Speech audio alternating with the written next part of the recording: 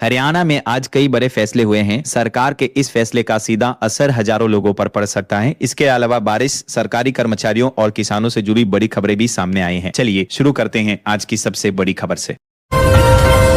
हरियाणा सरकार का बड़ा तोहफा, सस्ता हुआ अपना घर बनाना। 60 वर्ग मीटर तक के घर की रजिस्ट्री सिर्फ 1000 रुपए में। हरियाणा सरकार ने छोटे मकान बनाने वाले लोगों को राहत देने की दिशा में बड़ा फैसला किया है। अब 60 वर्ग मीटर तक के मकान की रजिस्ट्री मात्र 1000 रुपए में कराने की सुविधा दी जा रही है।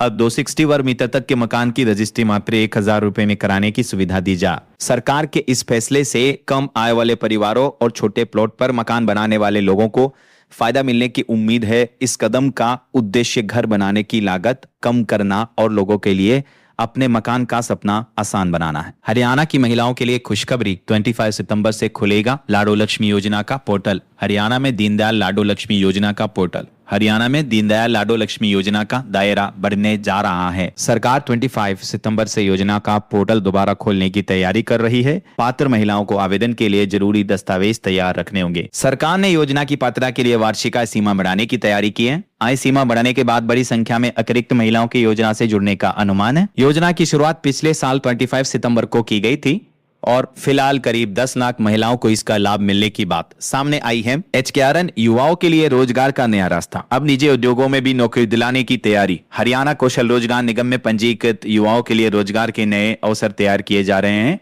जिन युवाओं को सरकारी विभागों में HKRN के जरिए नियुक्ति का अवसर नहीं मिल पाता, उन्हें उनकी योग्यता और कौशल के आधार पर निजी औद्योगिक इकाइयों में रोजगार दिलाने का प्रयास किया जाएगा। निजी कंपनियों को पहले HKRN पोर्टल पर पंजीकरण करना होगा। इसके बाद कंपनियां अपनी मैन पावर की जरूरत और पदों की जानकारी पोर्टल पर डालेंगी।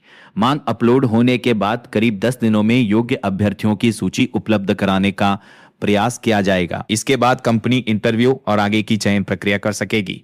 इस पूरी प्रक्रिया में किसी भी तरह का शुल्क नहीं लिया जाएगा। किसानों ने गन्ने के भाव में 600 रुपए प्रति क्विंटल बढ़ोतरी की मांग की। डीजल, खाद और मजदूरी महंगी होने का दिया हवाला। भारतीय किसान यूनियन शेड्यूलिंग ग्रुप हरियाणा ने गन्ना किसानों की बढ़ती लागत और घटते रुपए का हवाला देते हुए गन्ने के भाव में इस वर्ष कम से कम 600 रुपए प्रति क्विंटल की बढ़ोतरी की मांग की है। यूनियन ने गोहाना के नायब तहसीलदार के माध्यम से मुख्यमंत्री के नाम ज्ञापन भेजा है। किसानों ने गन्ने का उचित भाव तय करने, चीनी का अधिक से अधिक निर्यात करने और 3 लाख क्विंटल कच्ची चीनी के आयात का सौदा रद्द करने की मांग उठाई है। किसानों का कहना है कि डीजल, खाद, बीज, मजदूरी और सिंचाई की लागत लगातार बढ़ रही है, जबकि गन्ने के भाव में उस अनुपात में बढ़ोतरी नहीं हुई है। किसानों के अनुसार लागत बढ़ने से गन्ने की खेती घाटे का सौदा बनती जा रही है।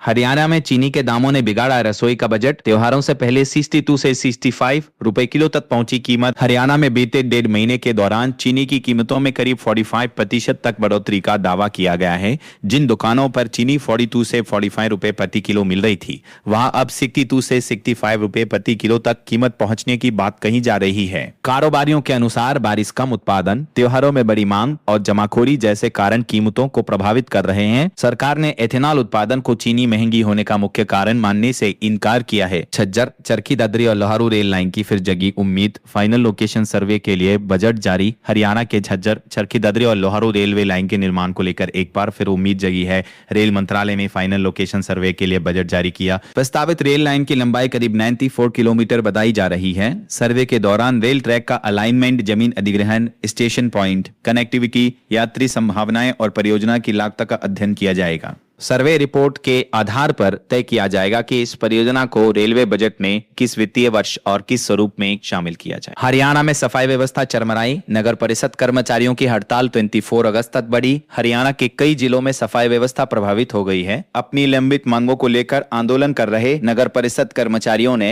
हड़ताल को 24 अगस्त तक बढ़ा दिया है। नगर परिषद कर्मचारियों ने हड़ताल को 24 अगस्त तक बढ़ी। फतेहाबाद सहित कई जगहों पर सड़कों और सार्वजनिक स्थानों पर कचरे के ढेर लगने की समस्या सामने आ रही है। मानसून के दौरान कचरा जमा होने से संक्रमण और बीमारियों का खतरा बढ़ने की आशंका है। कर्मचारियों की प्रमुख मांगों में कच्चे कर्मचारियों को पक्का करना, वेतनमान में बढ़ोतरी और समान काम के लिए समान वेतन लागू करना शामिल है। अनाज मंडियों में किसानों से अवैध शुल्क वसूली का आरोप। हरियाणा सरकार को भेजा गया कारण बताओ नोटिस। हरियाणा के अनाज मंडियों में किसानों से कथित तौर पर अवैध मजदूरी और आकस्मिक शुल्क वसूले जाने का मामला सामने आया। भारतीय कृषि अनुसंधान संस्थान के पूर्व प्रधान वैज्ञानिक डॉक्टर वीरेंद्र सिंह लाठर ने वरिष्ठ अधिवक्ता के माध्यम से हरियाणा सरकार को कारण बताओ नोटिस भेजा। उनका कहना है कि सरकारी खरीद के दौरान किसानों से निर्धारित शुल्क के अलावा अतिरिक्त मजदूरी शुल्क वसूलना नियमों के खिलाफ है। कच्ची पर्ची पर भोग के बाद भी इस तरह की वसूली होने का आरोप लगाया गया। नोटिस में सरकार से तत्काल कार्रवाई की मांग की गई है। 23 अगस्त को हरियाणा को मिलेगी बड़ी सौगात। मुख्यमंत्री नायब सिंह सैनी नांगल चौधरी रेलयार्ड का करेंगे उद्घाटन। मुख्यमंत्री नायब सिंह सैनी 23 अगस्त को नांगल चौधरी स्थित integrated multi modal logistic hub के प्रथम चरण के तहत तैयार रेलयार्ड का उद्घाटन करेंगे। इस दौरान नए रेलवे ट्रैक पर पहली बार मालगाड़ी का संचालन भी शुरू होगा। राजस्थान के न्यू डाबला रेलवे स्टेशन से आने वाली पहली मालगाड़ी नांगल चौधरी रेलयार्ड पहुंचेगी। इसके बाद मुख्यमंत्री हरी झंडी दिखाकर मालगाड़ी को रवाना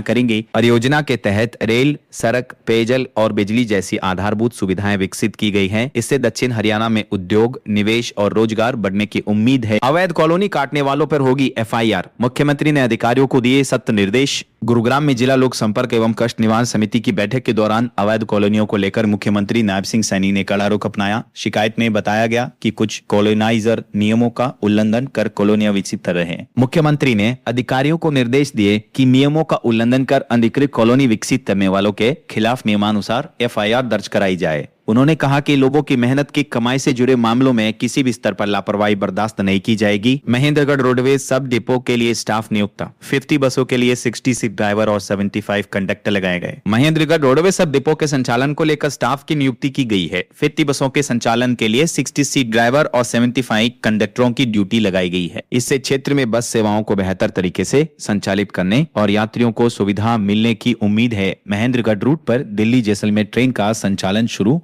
24 से चलेगी। महेंद्रगढ़ रूट पर दिल्ली जैसलमेर ट्रेन का संचालन शुरू किया गया। ये 35 सितंबर तक अस्थायी रूप से चलाए जाने की जानकारी सामने आई है। ट्रेन सेवा शुरू होने से महेंद्रगढ़ और आसपास के यात्रियों को दिल्ली और राजस्थान के और आवागमन में सुविधा मिलने की उम्मीद है। इंडियन ऑयल और अल्जीरिया की सोनोट्रैक के बीच LPG डील। खाड़ी देशों पर निर्भरता घटाने की तैयारी। इंडियन ऑयल ने अल्जीरिया की कंपनी सोनोट्रैक के साथ LPG से जुड़ा समझौता किया है। इस डील को भारत की ऊर्जा जरूरतों और LPG आपूर्ति के स्रोतों में विविधता लाने की दिशा में अहम कदम माना जा रहा है। इससे खाड़ी देशों पर भारत की निर्भरता कम करने में मदद मिलने की उम्मीद है।